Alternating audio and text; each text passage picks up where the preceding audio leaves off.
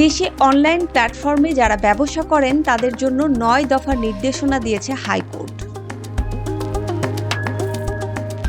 সামাজিক যোগাযোগ মাধ্যমে আলোচিত নারী উদ্যোক্তা রোবায়েত ফাতেমা তনির মালিকানাধীন শোরুম সানভিস বাই তনির খুলে দেওয়ার নির্দেশনা সংক্রান্ত রুল নিষ্পত্তি করে দেওয়ার রায়ে এসব নির্দেশনা দিয়েছে আদালত।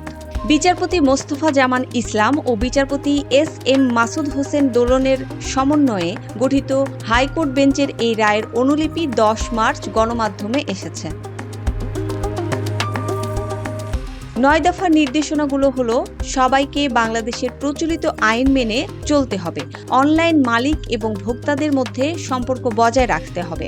অনলাইন ব্যবসা পরিচালনায় আইন লঙ্ঘনের ক্ষেত্রে ক্ষতিগ্রস্ত পক্ষ আইনের সমান সুরক্ষা লাভের অধিকারী হবে। প্রতিটি নাগরিকের যে কোনো বৈধ ব্যবসা পরিচালনার অধিকার থাকবে এবং আইনের যথাযথ প্রক্রিয়া ছাড়া তার ব্যবসা বন্ধ করা যাবে না।